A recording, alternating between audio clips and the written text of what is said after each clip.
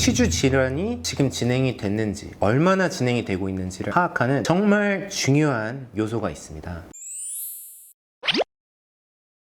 치주낭이라고 부르는 잇몸 주머니 형태가 되겠는데요. 잇몸 주머니가 뭔지 말만 들으면 아마 잘 이해가 안 되실 수가 있어요. 우리가 여기 손가락을 잘 보면 손톱이랑 이 손가락 살 사이에 얇은 틈이 있을 거예요. 그 얇은 틈을 우리는 이제 치은 열구라고 하는데, 그게 이제 치주염, 염증이 진행이 되면은 그 틈이 점점 벌어지고 틈이 깊어집니다. 그러면은 어떤 주머니 같은 그런 형태로 진행이 되게 되는 거죠. 그거를 우리는 치주낭이라고 하고, 이 치주낭은 아까 얘기했던 치은 열구가 병적으로 넓고 깊어진 것을 얘기하고, 치주낭이라는 요소는 우리가 치주 질환을 감별하고 그 정도를 판별하는 데 있어서 굉장히 중요한 임상 양상 중에 하나입니다.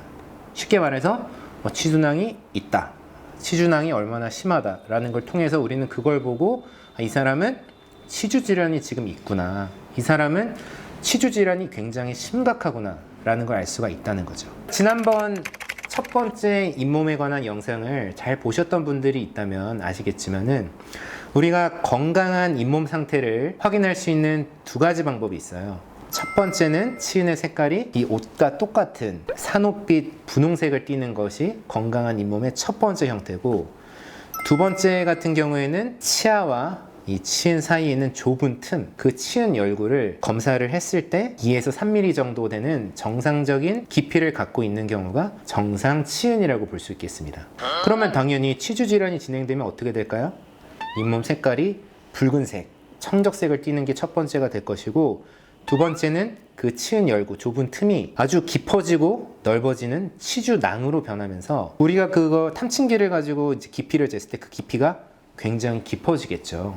그 깊이를 통해서 얼마나 치주 질환이 많이 진행이 됐는지를 알 수가 있습니다. 자, 이 치주낭이 있는 경우에는 어떤 증상들이 나타나냐면, 첫 번째로 잇몸 뿌리가 노출이 되기도 하고, 잇몸 뿌리가 노출이 되면서 잇몸 안쪽에 있던 깊은 곳에 있던 치석이 보이기도 시작하고요, 잇몸이 붉게 변하고 또 열이 나기도 하고 땡땡 부어오르기도 합니다. 심지어 우리가 어떤 기구를 통해서 측정을 할 때 살짝 건드리기만 해도 잇몸에서 피가 나기도 하죠. 또한 굉장히 심각한 잇몸 질환에 있으신 분들 같은 경우에는 치아가 움직이기도 하고, 치아가 아예 원래 있어야 될 자리가 아니라 다른 위치로 이동을 하기도 합니다.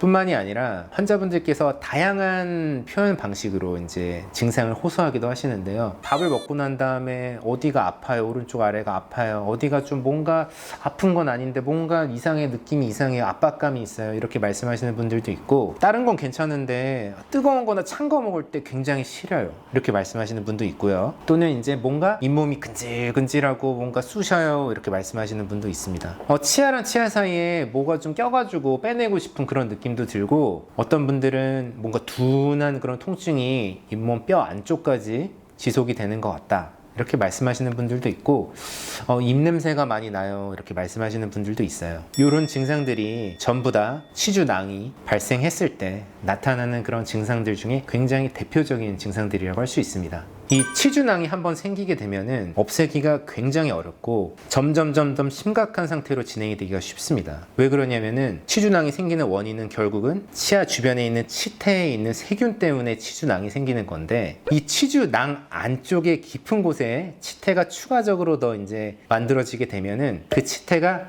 잇몸에 염증을 일으키고, 이 염증이 또 치주낭을 만들어내고, 그럼 또 그 치주낭 안쪽에 더 많은 치태들이 생기면서 치은 염증이 치주염증으로 진행이 되고, 그 치주염이 점점 심각해지는 그런 현상이 생길 수 있습니다. 따라서 이런 치주낭이 생기기 그 이전 단계에 우리가 정말 관리를 잘하고 치과에서 예방적인 치료를 잘 받아서 2단계로 넘어가지 않도록 조심하셔야 될 것 같습니다. 그래서 치주 질환이 생기는 우리가 첫 번째 가장 중요하고 대표적인 증상이 이 치은 주머니라고 하는 치주낭이 생기는 거라고 얘기를 드렸고요. 그게 이제 더 진행이 되면은 치아가 움직이게 돼요. 원래 치아는 이제 정상적인 상태에서도 약간은 움직이기 시작하는데, 치주 질환으로 인해서 잇몸뼈가 녹아내리게 되고, 치아랑 잇몸뼈 사이에 있는 그 치주인대라고 하는 섬유에 염증이 생기게 되면은 치아가 병적으로 이렇게 움직이게 됩니다. 이런 단계까지 오면은 치주 질환이 굉장히 좀 심각한 단계에 이제 이른다라고 볼 수도 있고, 우리가 최악의 경우에는 이를 빼야 될 가능성도 있다, 이렇게 보시면 될 것 같아요. 왜 얘가 생기나요? 라는 거를 저희가 말씀을 드리면은, 정리를 해서 말씀을 드리자면, 첫 번째로 일단은 치주 조직의 지지가 약해진다. 잇몸 뼈가 많이 녹는다는 얘기죠. 그 치주 조직의 지지가 약해지게 되고, 또한 이 치주 조직이 염증성 파괴로 인해 가지고 씹는 힘, 그리고 이 근육에 의한 힘, 그리고 이제 치아를 제 위치에 유지하게 되는 그런 힘 사이에 불균형이 만들어지게 되면서 치아에 가해지는 그 힘이 변하면서 뭐 여러 가지 힘의 강도라든지 힘에 이제 작용하는 방향이라든지 그런 게 이제 변하면서 하나 혹은 여러 개의 치아가 병적으로 자꾸 이동을 하는 그런 형상들이 되게 되겠습니다. 그래서 내가 치아가 움직인다, 혹은 치아가 예전보다 뭔가 다른 형태로 좀 변한 것 같다라고 하면은 굉장히 심각한 지금 잇몸 질환에 놓여져 있는 상태일 수 있기 때문에 반드시 빨리 치과에 오셔가지고 적절한 치료를 꼭 받으셔야 될 것 같습니다.